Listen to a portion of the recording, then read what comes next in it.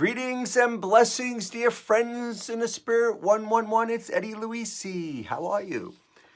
Today's theme I'm going to call Our Soul Purpose. Our Soul Purpose. More to come on that. So I don't know if I've ever showed you this before. Sometimes I have and sometimes I forget.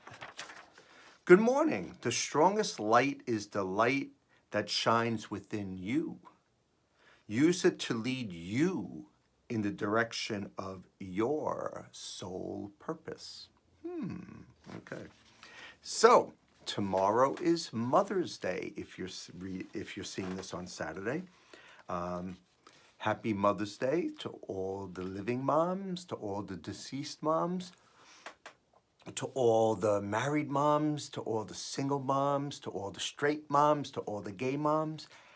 And also to all the single fathers who are like moms and dads, right? Hey, Tommy, this is for you, brother. I love you. And this is something that my son gave me a long time ago. Behind every great kid is a great father. Good kid is a great father. So, Tommy, all you single dads out there, God bless you all. Happy Mother's Day to you also. So this I just found last night. I was going through my Facebook timeline feed, and I got this from Unity. So I'm going to read this about Mother's Day, and then I'm going to start talking about our soul purpose. Mothers are being celebrated in 38 countries this May. Although parenting is a round-the-year endeavor, it's also a 24/7 opportunity for spiritual growth. Did you know that? What are some of the spiritual lessons of parenthood? Two contemporaries of the early 20th century who never met, one a Lebanese American poet in New York, the other a former school teacher in Missouri, pinpointed one surprisingly similar answer. Your children are here for a larger purpose than you can know. Remember I said the theme is our soul purpose? Our meaning us, our meaning our kids, our meaning me. I'm going to talk about my purpose. The poet's words are familiar. In 1923, Khalil Gibran wrote in The Prophet, "Your children are not your children.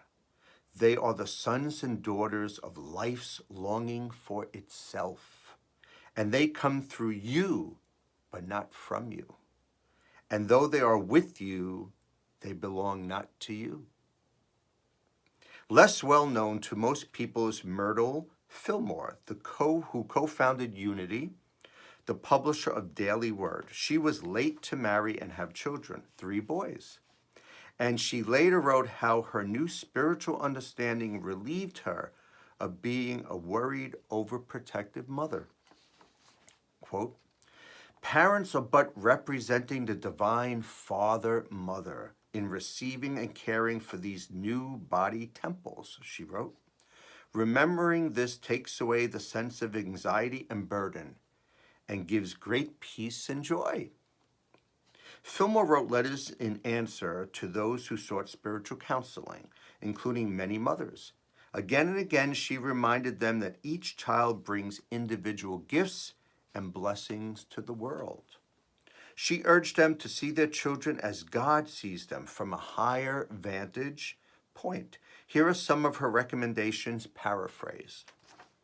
See children as eager, growing souls.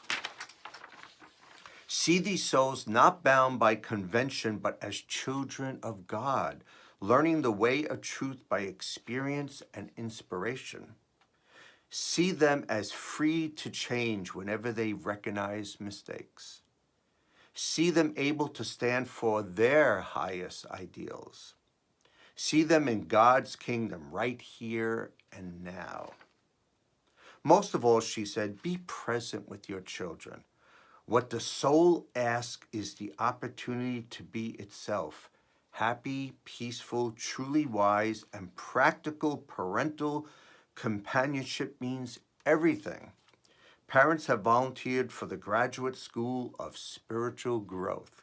Mothers shape the future of humankind, one child at a time, and we honor and bless them. That was kind of nice, huh? So happy Mother's Day to all you out there. And it's interesting they're talking about children because today, later this morning, I am playing music for the Children of Mary May Crowning. And I think they're like 3, 4-year-olds. They're so cute. They come down the aisle and I sing a song and then they gather and they do little songs and hand gestures and little prayers and then they crown Mary. So let's nourish their souls, right? So this is called Fulfill Your Purpose, Science of Mind. And I might have read this a while ago. A few of these things I might be rereading, but for some reason this week has touched me to do this. And I'm going to share something out there and maybe you guys could help me. From Rumi, there is one thing in the world that you must never forget to do. If you forget everything else and not this, there's nothing to worry about. But if you remember everything else and forget this, then you will have done nothing in your life. That work is the purpose, and each is specific to the person. From Science of Mind, 1926. The eyes brighten with friendliness and good cheer when animated by the light of love, joy, faith, or noble purpose. One of the great joys in my life is supporting people in identifying and expressing their purpose. We all have a purpose, which is the fundamental reason for our being together here on planet Earth, or up in the universe if my friends in the universe are listening and watching. We each bring some individualized quality to life in a way that no one else has ever or ever will bring it. Did you hear that? We each bring some individualized quality to life in a way that no one else has ever or ever will bring it. When we are living in alignment with our purpose, we are fulfilled. When we elude our primary calling, we suffer and struggle. If you have a purpose statement, make certain you can recite it at a moment's notice. If you haven't put words to a purpose statement, this would be a perfect day to create one. It's easy because you already have a purpose. All you need are words that express it. Begin by looking back on your life when you have felt joyously empowered through what you were doing. Look for patterns of activities where you have made a difference in the lives of others. Then simply write a one-sentence statement that captures the essence of who you have come here to be. My purpose is to reveal and release the power of divine presence in everyone I meet and everywhere I go. What's yours? So that was the author's purpose. I wrote a couple purposes when I read this. I guess I read this back in December 2018. And I might combine these one day, but there are 2 right now. This is Eddie Luisi speaking. My divine purpose is to share the light and love of my Christ within, so others may know and share the light and love of their Christ within. And my other one is, my divine purpose is to share my light, love, peace, and joy to others through my ministry, music, media, and mentoring. My 4 M's. So, dear friends in the spirit, you probably know this. I'm 59 years old. I was born in August 1959.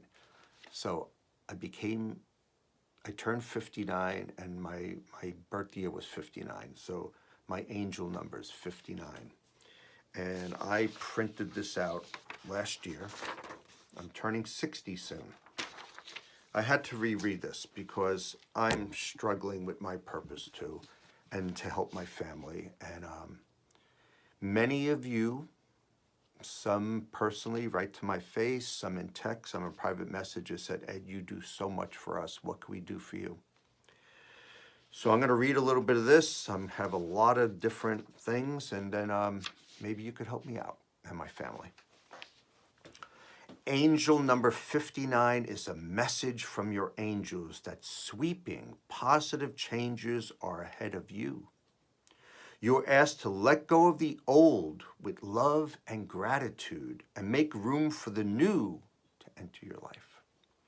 Be assured that these life changes will have long-term positive effects on many levels. Angel number 59 is a message that changes in your life will align you with your divine life purpose and soul mission. And the angels encourage you to live and fulfill your light-working duties and destinies. Now, it's funny that this says the light-working duties and destinies, because Liz, my wife, when she was doing some investigating reporting for Q the Spirit and Friends in the Spirit 111, one of the things for 111 is a light worker. So 59 is a light worker. It's time to shift your focus from the material to the spiritual. Angel number 59 also suggests that changes made to your career or profession will bring you greater personal fulfillment on many levels. It is prompt to put your focus towards beginning or expanding your spirituality, as your light-working skills and talents are greatly needed by the world. It may be encouraging to you to begin or expand a spiritually based practice, profession, and or career. The angels ask you to shine your light brightly to illuminate the way for others. Angel number 59 is a message that it is time for you to embrace your life mission and soul purpose and focus upon your passions. Okay, this is where I'm going to share a little bit. You know my life passions, right? You know I love to help others. You know I love ministry. I love music. I love media. Good Morning America, so many years. I love to mentor. So many young people I like to mentor, and even a few older people I try to mentor. So dear Friends in the Spirit 111, getting tired. I'm not stopping this, okay? I want to continue. I want to do more. But I'm basically working 7 days a week. Good Morning America, Monday through Friday. And now we do Strahan and Sarah. So we're just working. I'm on my feet a lot. Leg pains, foot pains. Go to chiropractor every 3 weeks. Been to a podiatrist. I'm taking turmeric. Starting to slowly get back into the gym. I'm turning 60 this year. Would I love to retire at 60? Yeah. Can I? No. I'm hoping at 65 I could retire from Good Morning America, and then at 66.7 I get some Social Security. But I have 4 kids. My youngest is 12. My 20-year-old's at Emerson. It's very expensive. We get no financial aid, no scholarships. So the other day, and it's interesting how God speaks, how the universe speaks. I went to our pediatric dental office because I got all these bills, and it's like, I don't understand them. And there's a friend there, her name is Dee. She does all the financing, payroll, bookkeeping.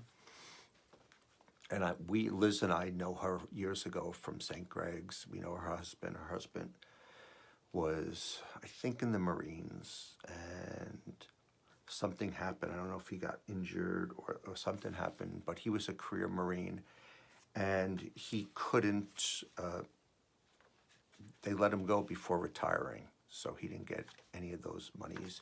Also a state trooper, got into some type of physical thing with a lot of cops and some bad people, hurt his hand, so he had to retire from that. So my first thing is like, here's my card. I know a lot of people. I know people in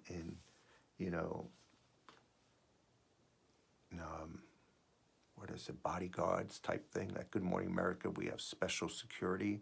So maybe he could do something like that. If his hand's not working well, maybe he could work in the office. And then she looked at the card. She says, Friends in the Spirit and Cutest Spirit. She goes, what's that about? I told her about these videos.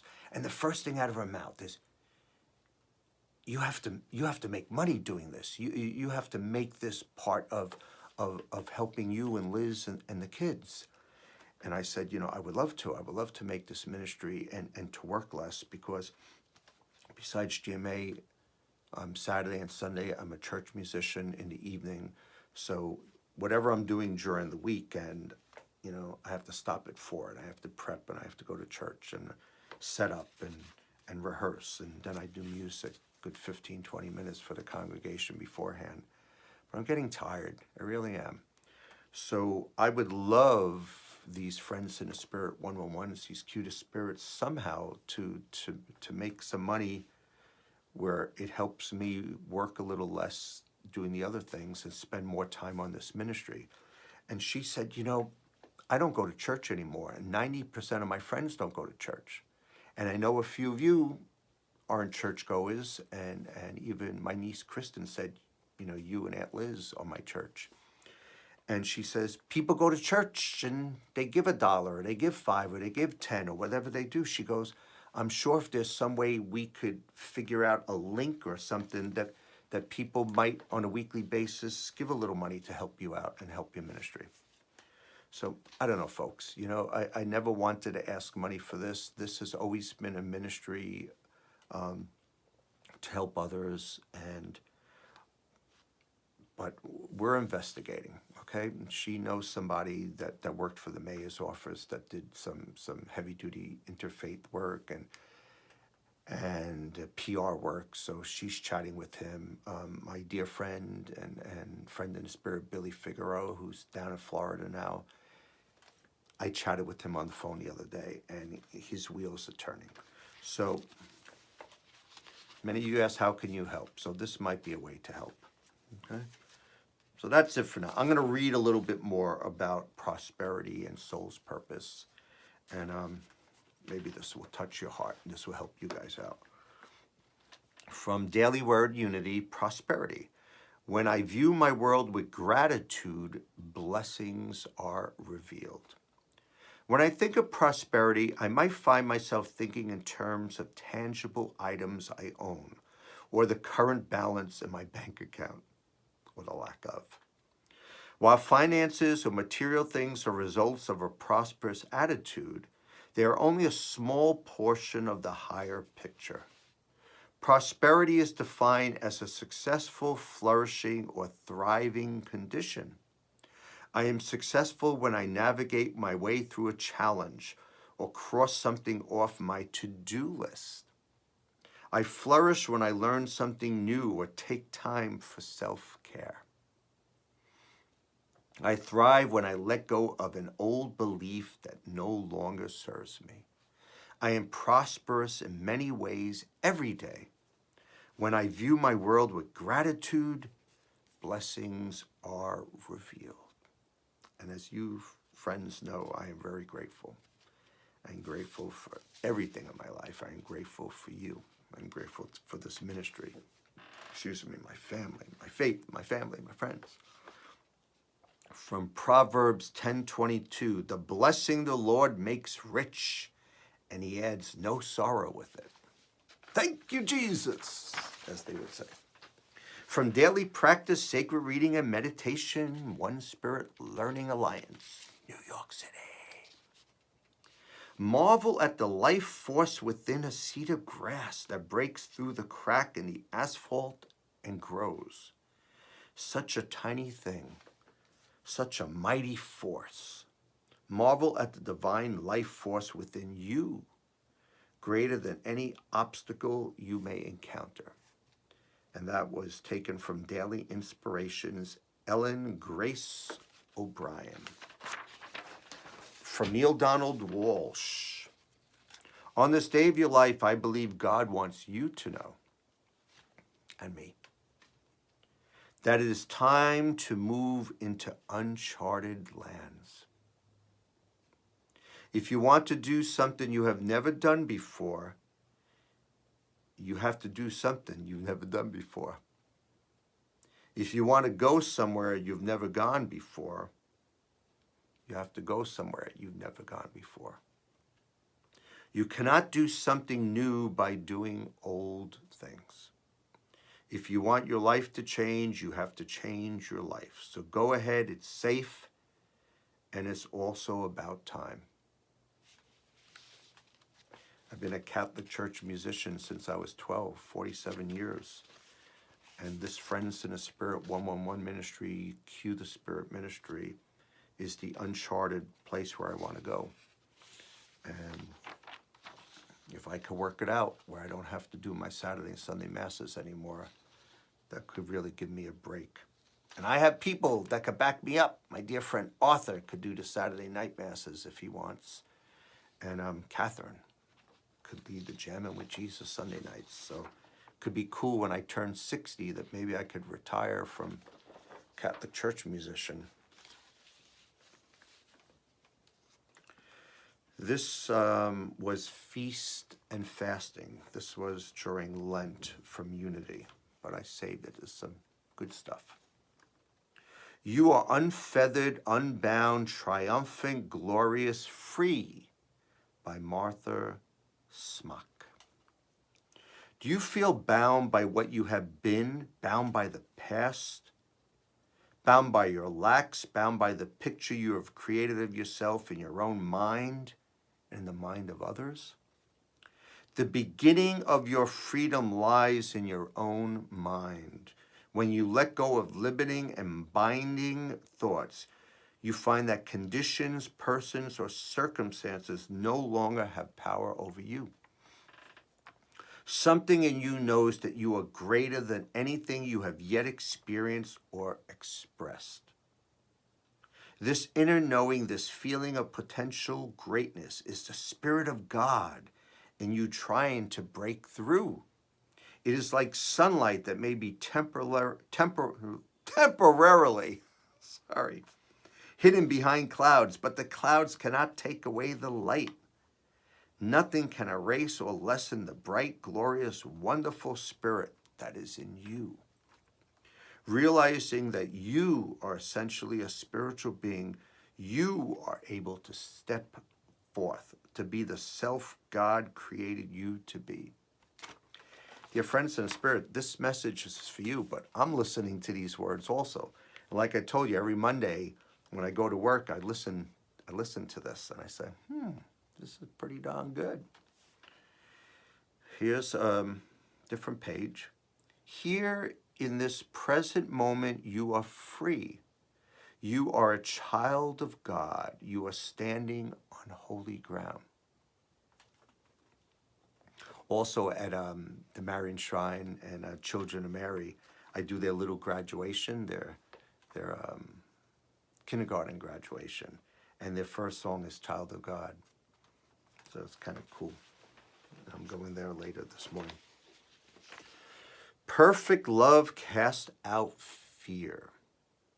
Remember Liz's Cue the Spirit, the fear song? God is with you as perfect love. You cannot be afraid in the presence of God. You cannot be doubtful or anxious. You cannot be bound by what you have been in the past. You cannot be limited by what you have thought of yourself or what others have thought of you. Here in this present moment, you are free. You are a child of God. You are standing on holy ground. Meditate on the idea that there is a spirit in you that is unfeathered, unbound, triumphant, splendid, glorious, free. You cannot help but respond to this transcendent vision.